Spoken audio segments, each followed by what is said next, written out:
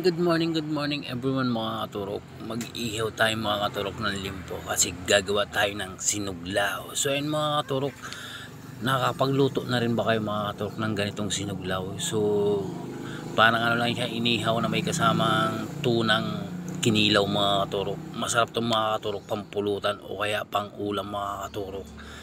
So ayun, pwede nyo itong mga katurok kayahin mga katurok. Pwede itong mga katurok ngayong Sabado at Linggo mga katurok sa sahod natin, pampulutan at saka pang ulam. So ayan ang gawin nyo lang mga katurok, i-marinate nyo lang mga katurok yung lempo ng toyo, paminta, kalamansi, tsaka nor seasoning mga katurok. So ayan, i-marinate nyo lang muna yan mga katurok, tapos lagyan nyo ng mga katurok ng Sprite, kasi yung Sprite mga katurok, yan ang nagpapalambot sa pork natin mga katurok. So ayan, tara mga katurok, i-marinate nyo lang muna yan.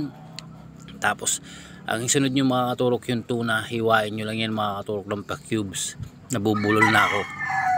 Pag naiwan nyo yung mga katurok ng pa-cubes na ganyan, iwa-iwain nyo lang ng pa-cubes yan. Tapos timplan nyo mga katurok ng suka. Tapos balikan nyo mga katurok yung inihaw natin mga katurok. So ayan mga katurok, pagkabilaan yan mga katurok, mamula-mula na mga katurok, luto na yan mga katurok, malambot na yan. Malambot na yung pork natin. Mamaya iiwain natin yan na pa maliliit. Tapos mag-iwa na rin kayo mga katurok ng ibang ingredients nyo, pipino, sibuyas, luya. So ayan, pag naiwan nyo ng mga katurok yung mga ingredients nyo, maglagay na rin kayo sili. Tapos iwain nyo na rin yung pork nyo mga katurok ng pahaba lang, parang pa-cubes na pahaba, kasi yan yung isasama natin mamaya. Tapos yung tuna natin mga katurok, timplan nyo yung mga katurok ng asin, paminta, suka. So ayan, suka lang. Tapos ilagay nyo ng mga katurok yung sibuyas, luya, pipino, sili. Tapos i-mekos-mekos nyo lang yan mga katurok.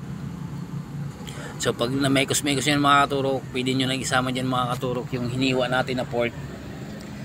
Pag halu-haluin natin yan mga katurok. So yan mga katurok, pag ganito mga katurok kinuha nyo, napakasarap mga katurok. Saktong-sakto ang lasa nito mga katurok, napakasarap.